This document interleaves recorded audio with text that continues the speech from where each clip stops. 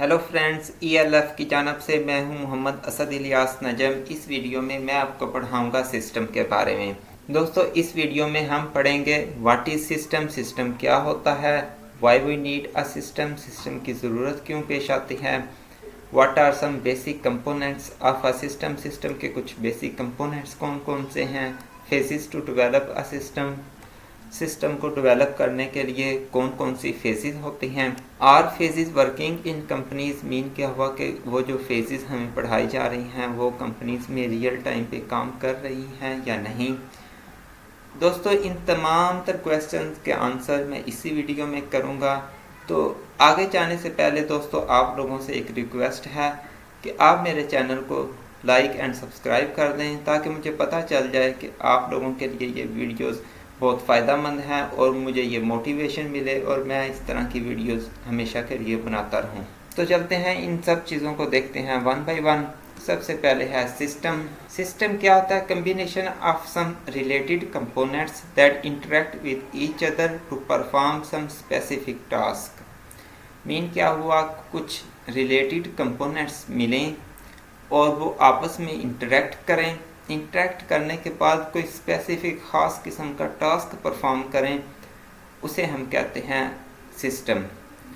अगर इसके एक मैं सिंपल सी एग्जांपल लूँ तो जो हॉस्पिटल होता है वो एक हमारा सिस्टम की तरह काम कर रहा होता है, वो एक सिस्टम होता है।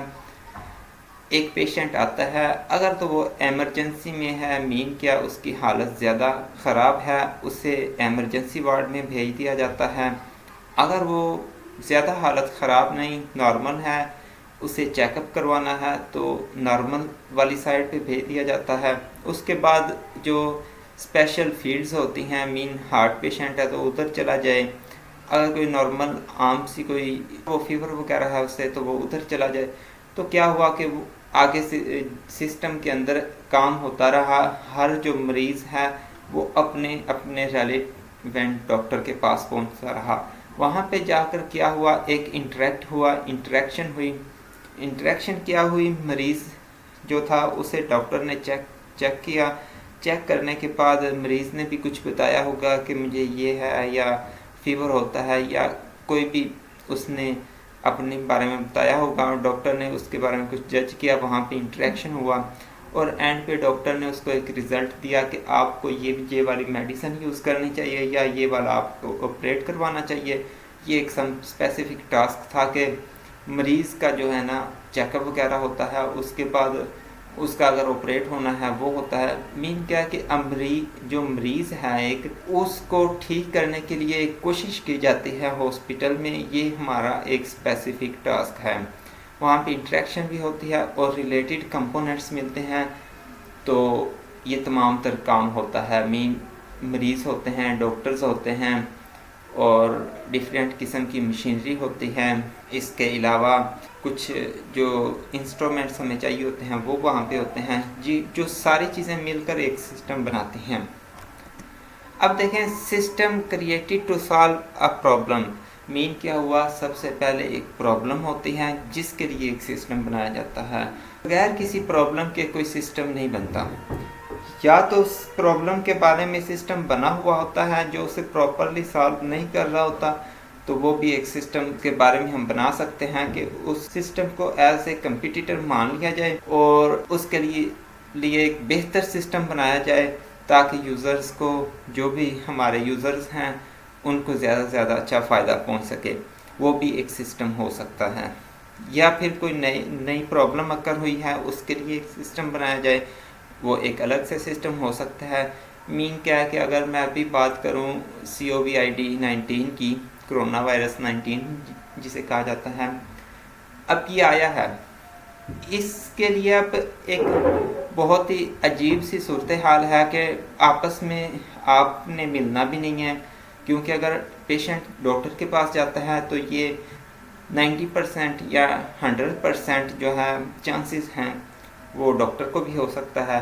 तो इसके लिए अगर हम कोई ऐसा सिस्टम बनाएं कि वो मरीज़ का जो चेकअप है, कोई ऐसा सिस्टम ईजाद किया जाए उससे डॉक्टर्स को भी कुछ ना हो और एक प्रॉपर एक पाथवे बना दिया जाए जहाँ पे पेशेंट्स को रखा भी जा सके और वो अगर किसी पेशेंट को नहीं आया तो वो दूसरे के अंदर शिफ्ट ना हो।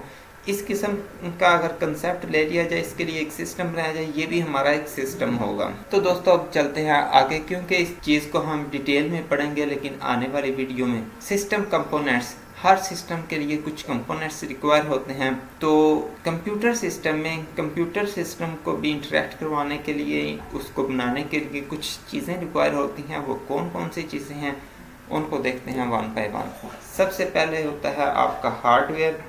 हार्डवेयर कोई भी वो चीज़ जिसे आप टच कर सकते हैं वो होता है आपका हार्डवेयर। सॉफ्टवेयर कोई भी वो चीज़ जिसे आप टच नहीं कर सकते वो होता है आपका सॉफ्टवेयर। बेसिकली ये बैकएंड पे काम कर रहा होता है और आपके हार्डवेयर कंपोनेंट्स को आपस में काम करने में आसानियाँ पैदा करता है, उनसे काम करवाता है। ये होता है आपका सॉफ्टवेयर। पीपल, यूज़र्स मीन क्या, कुछ उसमें लोग होते हैं, कोई आपके यूज़र्स होते हैं, कुछ मैनेजर्स होते हैं। मीन जितने भी उसमें जो है ना लोग शामिल होते हैं वो होते हैं पीपल और यूज़र्स। डेटा या इंफॉर्मेशन, ये भी चीज़ें हो सकती हैं। Information, facts and figures about anything, वो इंफॉर्मेशन होती है।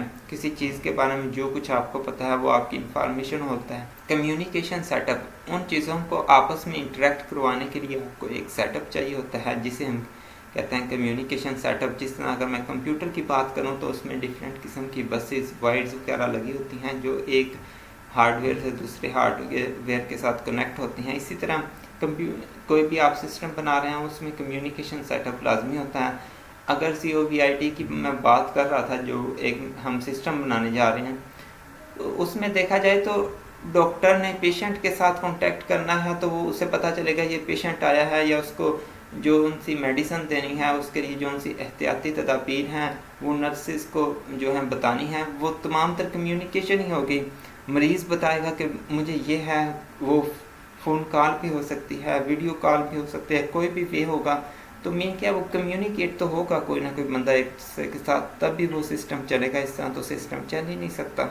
उसके बाद सिस्टम डेवलपमेंट। सिस्टम डेवलपमेंट क्या है? To develop a system different phases work together. किसी भी सिस्टम को डेवलप करने के लिए मुख्तलिफ़ किस्म की जो फेजेस होती हैं, कुछ स्टेप्स होते हैं, वो आपस में इकट्ठे काम करते हैं तो एक सिस्टम अच्छे से डेवलप होता है, नहीं तो उसमें कोई ना कोई फॉल्ट ज़रूर रह जाता है। SDLC ये सिस्टम डेवलप करने का जो है ना एक साइकिल सा अपनाया गया है। इसे कहते हैं सॉफ्टवेयर डेवलपमेंट लाइफ साइकिल। ये क्या है कि organized way to develop a successful system. किसी सिस्टम को सक्सेसफुल डेवलप करने के लिए जो एक तरीका अरेंज किया गया है उसे कहते हैं SDLC। दोस्तों अब हैं इसकी कुछ फेजेस। सबसे पहली वाली जो फेज़ है वो ये है प्रीलिमिनरी इन्वेस्टिगेशन। इसमें होता है कि आप सिस्टम को डेवलप करने से पहले उसके बारे में थोड़ी सी हाव लेते हैं, उस पर कितना खर्चा आएगा। जिस तरह आपने एक बिल्डिंग बनानी है, उसके लिए आप पहले ये सोचेंगे कि ये कहाँ पे बनाई जाए तो बेहतरीन होगी। तो मैं मान लेता हूँ कि मुझे एक प्लाज़ा बनाना है, जो प्लाज़ा प्रॉपर हमने चलाना भी है, वो हम उसके लिए एक स्पेस भी रिक्वायर होती है कि कौन सी स्पेस पे हो। जंगलों में तो प्लाज़ा चलेगा ही नहीं। स्पेस देखी जाती है, उस पर बजट देखा जाता है, उस पर टाइम देखा जाता है कितना लग सकता है। ये तमाम तर चीज़ें डिस्कस होती हैं। उसके बाद जो है इस फेज़ में हम एक डॉक्यूमेंट राइट करते हैं। जो हमारी हाई मैनेजमेंट होती है, मैनेजर्स वगैरह होते हैं, CEO वगैरह होते हैं, उन तक वो जाता है। उसके बाद वो इसका अलग से फिर एनालिसिस करते हैं उस रिटर्न डॉक्यूमेंट का, जो हमने इंफॉर्मेशन इकट्ठी की होती है कि इस पर इतना हमारा बजट आ सकता है, इतने ये बाद में बेनिफिट हमें देगा। ये तमाम तर चीज़ें हमने लिखी होती हैं। उसके बाद वो उसे इम्प्रूव कर सकते हैं या फिर उसको रिजेक्ट भी कर सकते हैं, या उसमें कुछ चेंजिंग कर सकते हैं, या वो सिंपली अप्रूव कर देंगे।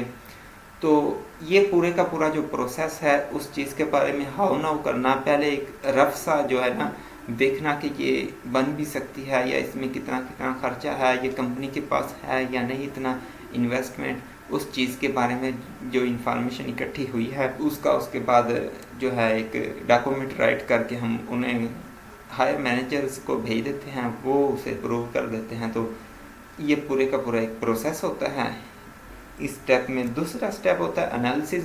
अब उसके बारे में रिक्वायरमेंट्स वगैरह को इकट्ठा करना कि अब हमें क्या क्या चीज़ कितनी कितनी मिकदार में चाहिए, किस किस टाइम पर चाहिए, कहाँ कहाँ पे वो लगनी है। जिस तरह बिल्डिंग की बात हो रही है, एक प्लाजा की बात हो रही है, हमने एक मॉल बनाना है उसकी बात हो रही है, तो उसमें क्या होगा कि ईंटें देखेंगे कितनी लगेगी, जो हमारा आयरन है वो कितना इस्तेमाल होगा, हमारा सीमेंट कितना लगेगा, ये तमाम तर चीज़ें, कितनी जगह रिक्वायर होगी हमें, तो वो तमाम तर चीज़ें फर्दर डिटेल में चला जाना और उसके लिए जो रिक्वायरमेंट्स हैं उनको प्रॉपर इकट्ठा करना। बजट तो हमारा पहले वाली फेज़ में बन चुका है एक रफ सा, अब इसको डिटेल में देखना कौन सी चीज़ किस रेट पे मिलेगी, कहाँ कहाँ पे वो यूज़ होगी, कहाँ कहाँ से हमें ये लेनी चाहिए, वो होती है हमारी एनालिसिस।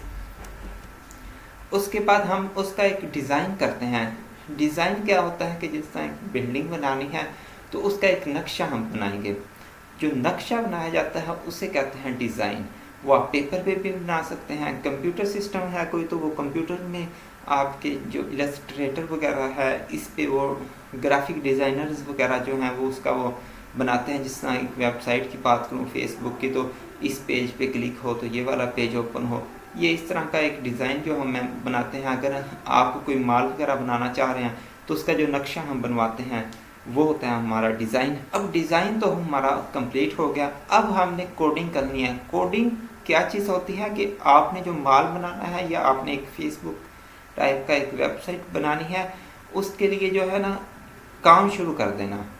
अगर आप माल बनाने जा रहे हैं तो वहाँ पे मिस्त्री लग जाएं, उस पर काम शुरू हो जाए, बिल्डिंगें बनने लग जाएं, लेंटर उस पर डल जाए, मीन क्या वो पूरा का पूरा कंप्लीट हो, पूरी इंस्ट्रक्शन जो है वो कंप्लीट करें आप। अगर मैं कोडिंग की इसमें कंप्यूटर सिस्टम में बात करूं तो वो ये होती है, आप इंस्ट्रक्शन राइट करें, किसी लैंग्वेज को यूज़ करें, उस प्रॉब्लम को सॉल्व करें, कंप्यूटर के लिए एल्गो लिखें अपना और प्रॉपर जो है वे से वो तमाम तर स्टेप्स कंप्लीट करें, वो होती है हमारी कोडिंग। उसके बाद होती है टेस्टिंग। अगर मैं माल की बात करूं तो उसको सिंपल टेस्ट किया जाए, इलेक्ट्रिसिटी सही चल रही है, ये पानी सही चल रहा है, अच्छा ये दरवाजे से इतना ओपन हो रहे हैं, ये बिल्डिंग सही से खड़ी हुई है कि नहीं खड़ी। यही टेस्टिंग अगर वेबसाइट में चेक करें, ये वाला पेज खुलना था, इसके बाद ये खुला है या नहीं खुला, इंटरनेट के साथ इसका कैसे कम्युनिकेशन हो रहा है, इंटरनेट जो है वो ज़्यादा तो नहीं यूज़ हो रहा है इस वेबसाइट में, या ये हमारे सिस्टम पे ज़्यादा तो नहीं लोड डाल रही, रैम की कितनी स्पेस लेती है, ये इस तरह की जो चीज़ें होती हैं उसे कहते हैं टेस्टिंग। ये डिफरेंट किस्म की चीज़ें होती हैं। ये जो बेसिकली टेस्टिंग होती है ये हमारी फर्स्ट वाली फेज़ में पहले बता दी जाती है कि ये वाली चीज़ें जो हैं हमने पूरी करनी है, उन तमाम तर चीज़ों की यहाँ पे टेस्टिंग होती है।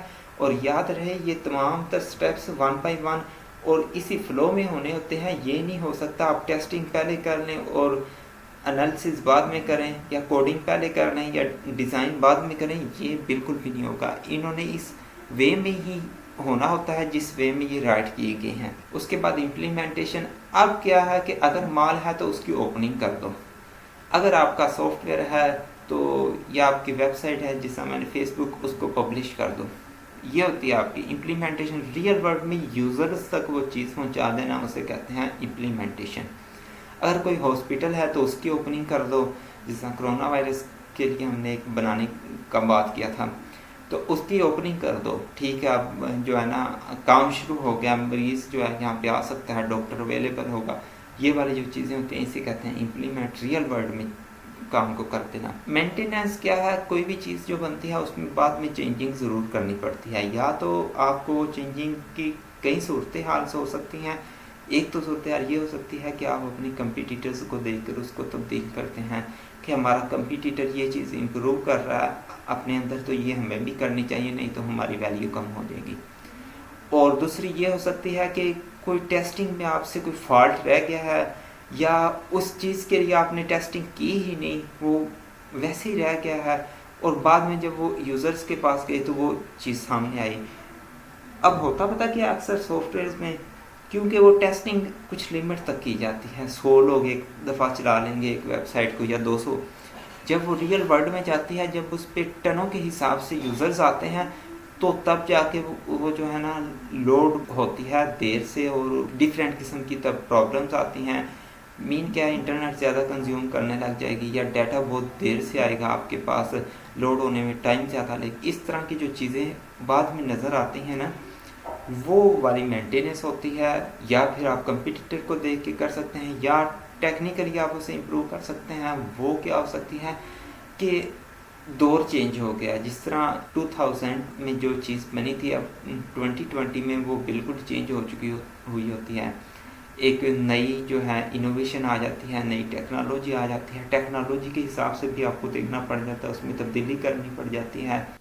जिस तरह COVID की वजह से डॉक्टर ऑनलाइन सर्विस देने लग जाए, ये भी एक चेंजिंग हो सकती है कि तो इन चीज़ों को मेंटेनेंस हम कहते हैं जो बाद में तब्दील करते हैं। दोस्तों अगर इन स्टेप्स में कोई फॉल्ट आ जाए, जिस तरह टेस्टिंग में कोई फॉल्ट आ गया तो पहले हम कोडिंग चेक करेंगे, अगर कोडिंग में भी फॉल्ट है फिर डिज़ाइन, मीन क्या है उसी तरह पीछे जाएंगे जिस तरह हम आगे चल रहे हैं। अब दोस्तों एक क्वेश्चन मैंने राइट किया हुआ था कि क्या ये तमाम तर चीज़ें रियल वर्ल्ड में यूज़ हो भी रही हैं या स्टूडेंट्स को पढ़ा दी जाती हैं और इस्तेमाल नहीं होती रियल वर्ल्ड में। आसान सा इसका आंसर है वो ये है कि ये चीज़ें यूज़ होती हैं, लेकिन जो कुछ स्मॉलर कंपनीज़ हैं जो अक्सर रजिस्टर भी नहीं होती और कुछ रजिस्टर भी होती हैं वो उसे यूज़ नहीं करती। उनका मेन पर्पस होता है कि उन्होंने ज़्यादा पैसा कमाना है।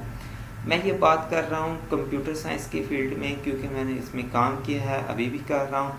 इसमें मैंने ये अक्सर कंपनीज़ में देखा है वो ये स्टेप्स नहीं फॉलो करती। बहुत छोटी कंपनीज होती हैं या उनका पर्पस होता है सिर्फ पैसे कमाना और वो प्रोफेशनलिज्म जो है ना उसकी तरफ फोकस नहीं करती, वो क्वांटिटी की तरफ फोकस कर रही होती हैं। और कुछ छोटी कंपनीज ऐसी भी होती हैं जो क्वालिटी की तरफ फोकस कर रही होती हैं और इन स्टेप्स को फॉलो करती हैं, वो प्रॉपर टेस्टिंग करती हैं। मीन क्या होता है, एक चीज़ होती है लॉयल्टी। कुछ चाहती हैं कि हमारा कस्टमर जो है ना हमारे साथ जुड़ा रहे, वो नए नए कस्टमर लेकर आए, वो तो इसे फॉलो करती हैं।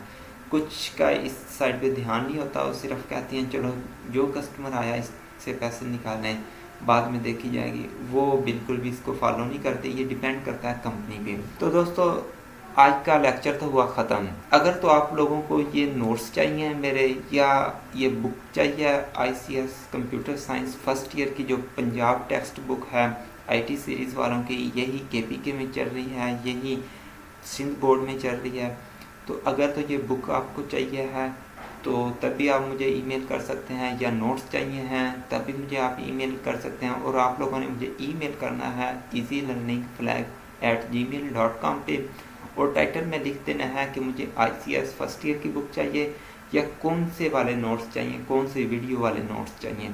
मैं आप लोगों के साथ नोट्स शेयर करूँगा और मैं कोशिश करता हूँ कि ज़्यादातर नोट्स मैं वीडियो की डिस्क्रिप्शन में ही डाल देता हूँ। Friends like and subscribe my channel ताकि मुझे मोटिवेशन मिलती रहे और मैं आप लोगों के लिए हज़ारों वीडियोस ऐसी बनाता रहूँ।